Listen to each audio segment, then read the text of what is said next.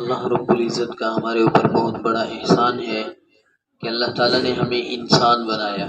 اس سے بڑھ کر اللہ رب العزت نے ہمارے اوپر یہ احسان فرمایا، انسانوں میں سے چن کر ہمیں ایمان والا انسان بنایا، مسلمان بنایا، ایمان کی دولت عطا فرمائی۔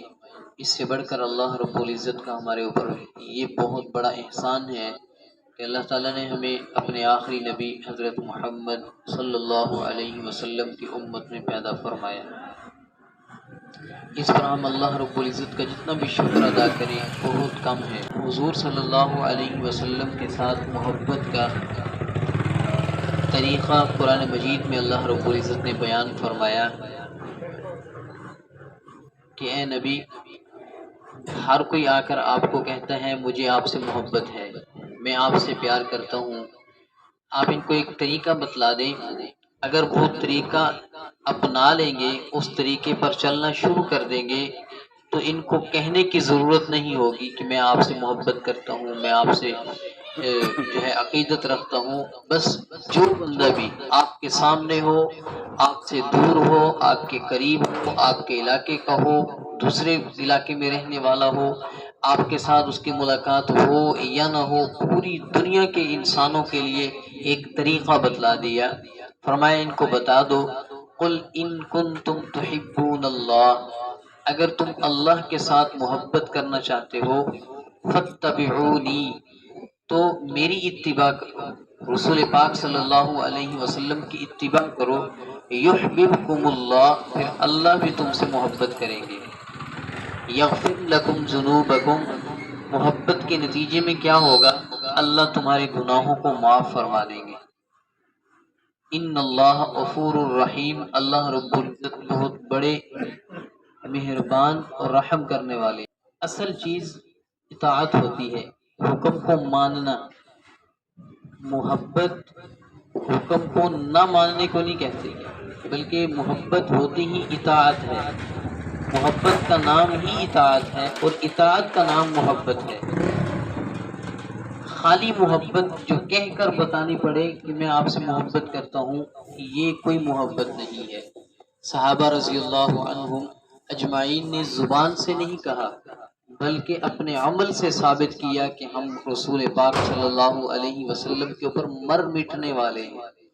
انہوں نے اپنے انداز سے بتایا، اپنے چال چلن سے بتایا، اپنے اٹھنے بیٹھنے سے بتایا، اپنے گھر بار سے بتایا کہ ہم نے حضور کے ساتھ عشق کیا ہے، ہم نے حضور کے ساتھ محبت کی ہے، ہم نے حضور کا کلمہ پڑھا ہے۔ ان کو بتانا نہیں پڑتا تھا، ان کو اعلان نہیں کرنے پڑتے تھے، بلکہ ہر انسان دیکھ کر ان کو پہچان جاتا تھا یہ محمد عربی کا غلام ہے، یہ رسول پاک صلی اللہ علیہ وسلم پر ایمان لانے والا ہے۔ مرتبہ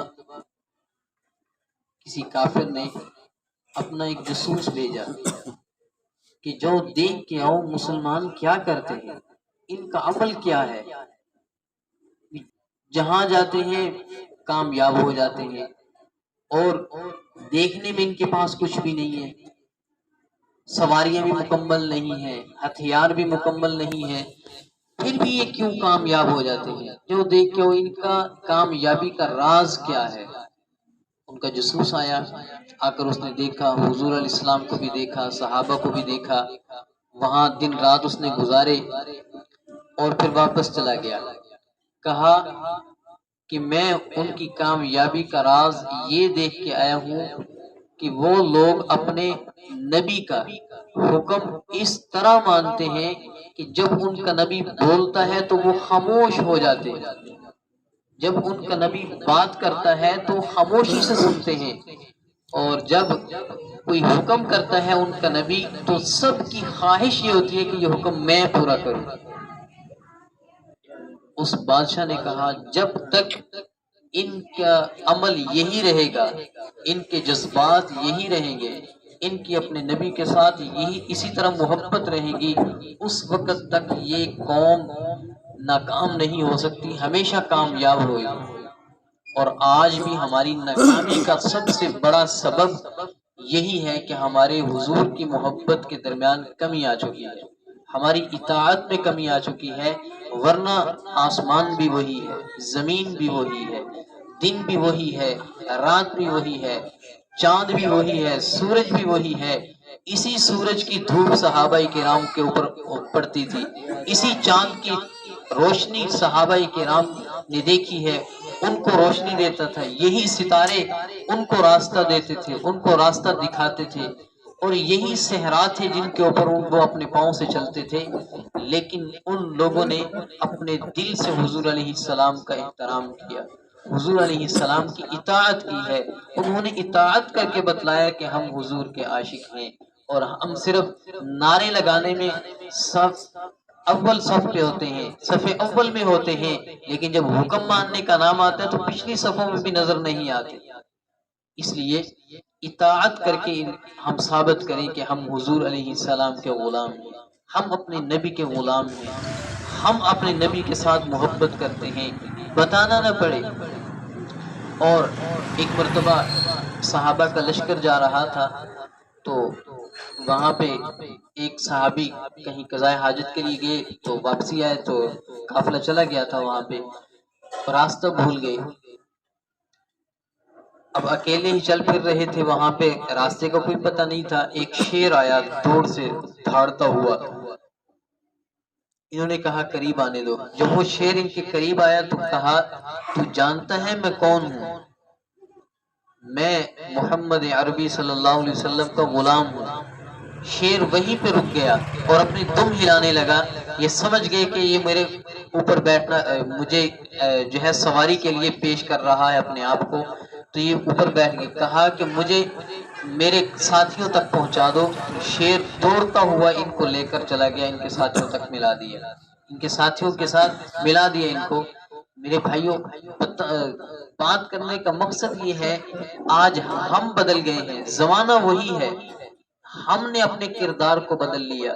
جب ہمارا کردار اچھا تھا، ہم جو کہتے تھے وہ کرتے بھی تھے، اس وقت ہمارا نام اونچا تھا، ہمارا سر اونچا تھا، ہم فخر سے زمین پہ چلتے تھے، اور آج ہم نے اپنے دعووں کو اور اپنے عمل کو ایک دوسرے کا مخالف ٹھہرا دیا۔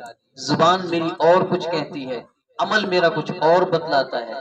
ہم کلمہ نبی کا پڑھتے ہیں، اور لیکن رسم و رواج ہندوؤں والے اپناتے ہیں، پھر کہتے ہیں کہ جی برکت نہیں آتی، پھر کہتے ہیں جی کوئی ملتا نہیں ہے، پھر کہتے ہیں جی کوئی کام بھی کرتا ہوں اس کے اندر کامیابی نہیں ہوتی۔ کیا کریں، ہم کہتے ہیں اور ہیں، کرتے اور ہیں۔ اب نماز کے لیے اذان ہو جائے، محلے میں کتنے لوگ مسجد میں دوڑ کر جاتے ہیں نماز کے لیے، لیکن سارا محلہ سویا ہوا ہے، سارا محلہ دکانداری میں لگا ہوا ہے، سارا محلہ اپنی مزدوری محنت میں لگا ہوا ہے، کتنے لوگ جاتے ہیں، پھر کہتے ہیں گھروں میں برکت نہیں آتی۔ میرے بھائیوں، اللہ رب العزت نے ہمیں حضور علیہ السلام کی اطاعت کے لیے پیدا کیا، اپنی عبادت کے لیے پیدا کیا، اور اللہ کی عبادت حضور کے طریقے کے مطابق ہوگی تو اللہ رب العزت بھی راضی ہو جائیں گے۔ ایک مرتبہ آپ صلی اللہ علیہ وسلم مسجد میں تشریف لے گئے، رات کے وقت دیکھا حضرت ابوبکر صدیق رضی اللہ تعالیٰ عنہ نماز پڑھ رہے ہیں، لیکن خاموشی سے پڑھ رہے ہیں، آواز نہیں آ رہی۔ آگے چلے، آگے دیکھا حضرت عمر فاروق رضی اللہ تعالیٰ عنہ بھی نماز پڑھ رہے ہیں، ان کے قریب گئے، وہ اونچی آواز سے پڑھ رہے تھے، آگے چلے گئے، صبح کو ان دونوں کو بلا لیا، فرمایا ابو بکر رات کو کیا کر رہے تھے؟ فرمایا اللہ کے نبی میں نفل پڑھ رہا تھا، نفلوں میں قرآن پڑھ رہا تھا۔ آپ صلی اللہ علیہ وسلم نے فرمایا آپ کی آواز نہیں آ رہی تھی۔ حضرت ابوبکر صدیق رضی اللہ تعالیٰ عنہ نے جواب دیا، اے اللہ کے نبی، میں جس ذات کے لیے پڑھ رہا تھا، جس رب کو سنا رہا تھا، وہ تو دلوں کے بھید بھی جانتا ہے، اس لیے مجھے اونچی پڑھنے کی ضرورت نہیں۔ حضرت عمر فاروق رضی اللہ تعالیٰ عنہ سے پوچھا، عمر آپ بلند آواز سے پڑھ رہے تھے، کیوں؟ حضرت عمر فاروق رضی اللہ تعالیٰ عنہ نے عرض کی، اللہ کے نبی، میں آواز سے پڑھ کر شیطان کو بھگا رہا تھا، تاکہ شیطان دور بھاگ جائے اور جو لوگ سوئے ہوئے ہیں وہ جاگ جائیں، تاکہ وہ اللہ رب العزت کی عبادت کر لیں، اللہ کو راضی کر لیں۔ میں اس نیت سے اونچی آواز سے پڑھ رہا تھا۔ حضور علیہ السلام نے فرمایا، اے ابو بکر، اے عمر، یہ میرا طریقہ نہیں ہے، یہ تمہارا طریقہ ہے۔ میرا طریقہ یہ ہے، ابو بکر تو تھوڑا سا بلند آواز سے پڑھ، یا عمر تو تھوڑا سا آہستہ آواز میں پڑھ۔ ان دونوں حضرات نے فرمایا اے اللہ کے نبی آئندہ ہم اسی طرح پڑھیں گے جیسے آپ فرما رہے ہیں۔ یہ ہوتی ہے محبت۔